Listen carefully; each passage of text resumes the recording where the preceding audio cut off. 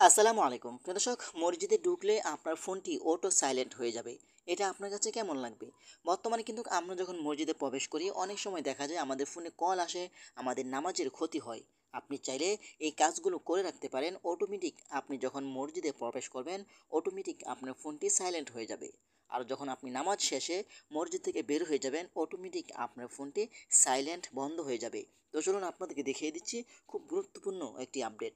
তার আগে ছোট্ট একটি কথা বলবো, যারা আমার ফেসবুক পেজে নতুন অবশ্যই আমাদের পেজটি ফলো করে রাখুন এমন গুরুত্বপূর্ণ নতুন নতুন ভিডিও পাওয়ার জন্য। আর যারা ইউটিউব চ্যানেলে নতুন অবশ্যই আমাদের ইউটিউব চ্যানেলটি সাবস্ক্রাইব করে রাখুন এমন গুরুত্বপূর্ণ নতুন নতুন ভিডিও পাওয়ার জন্য। তো চলুন আমরা মূল কাজে ফিরে যাচ্ছি। এই কাজটি করার জন্য ফার্স্ট অফ অল আপনি চলে যাবেন আপনার ফোনের প্লে স্টোরে। ওকে, তো আমি চলে আসলাম আমার ফোনের প্লে স্টোরে। প্লে স্টোরে আসার পরে কিন্তু এখানে আপনাকে যেটা লিখতে হবে, আপনি এখানে টাইপ করে লিখবেন পিয়ার টাইম কেবলা অ্যান্ড নামাজ। এটা লিখে আপনি চার্জ করে দিবেন। ওকে, এটা লিখে চার্জ করে দেওয়ার পরে কিন্তু আপনাদের সামনে এই অ্যাপ্লিকেশনটা আসবে। এটি কিন্তু একটি ভালো একটি অ্যাপ্লিকেশন। ওকে, তো আপনি এখান থেকে সেই অ্যাপ্লিকেশনটি ডাউনলোড করে নেবেন। আমার যেহেতু ডাউনলোড করা আছে তো আমি এখান থেকে ওপেন করছি।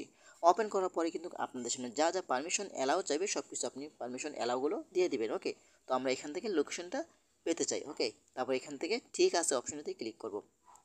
তারপর এখান থেকে আপনি উইল ইউজিং দ্য অ্যাপ এখানে ক্লিক করে দিবেন। যা যা পারমিশন অ্যালাউ চাইবে সব কিছু আপনি পারমিশন অ্যালাউগুলো দিয়ে দিবেন। ওকে, তো আমরা এখান থেকে পারমিশনগুলো দিয়ে দিচ্ছি। ওকে, তারপর এখান থেকে আপনি পুনরায় কন্টিনিউ অপশনে ক্লিক করে আমরা এটা যাচাই করে নিচ্ছি। ওকে, তারপর আপনি নিচে দেখতে পাবেন এখানে সাইলেন্ট নামে একটি অপশন রয়েছে। আপনি এখান থেকে সাইলেন্টে ক্লিক করবেন।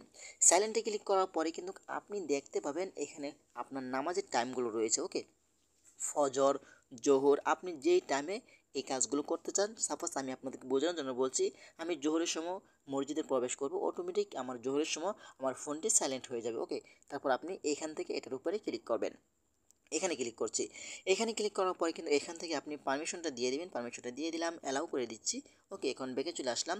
তারপর এখান থেকে আমি এই জোহর অপশনের উপরে ক্লিক করব। ওকে, তারপর দেখেন এখানে আপনি কয়টা থেকে কয়টা পর্যন্ত আপনার ফোনটি সাইলেন্ট রাখতে চান।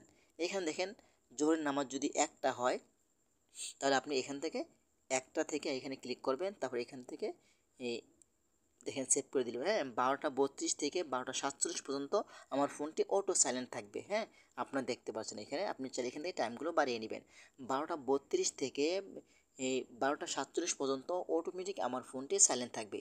আপনি যখন নামাজ শেষে মসজিদ থেকে বের হয়ে যাবেন অটোমেটিক আপনার ফোনটি সাইলেন্ট বন্ধ হয়ে যাবে। ওকে, এভাবে এখানে আসিয়ে কিন্তু আপনি আসরের সময় কিন্তু এভাবে দিতে পারেন। হ্যাঁ, তো আসর এখান থেকে আপনি দেখেন 17টা মানে 5টা 19 পর্যন্ত, 5টা 4 থেকে 5টা 19 পর্যন্ত আমার ফোনটি অটো সাইলেন্ট থাকবে।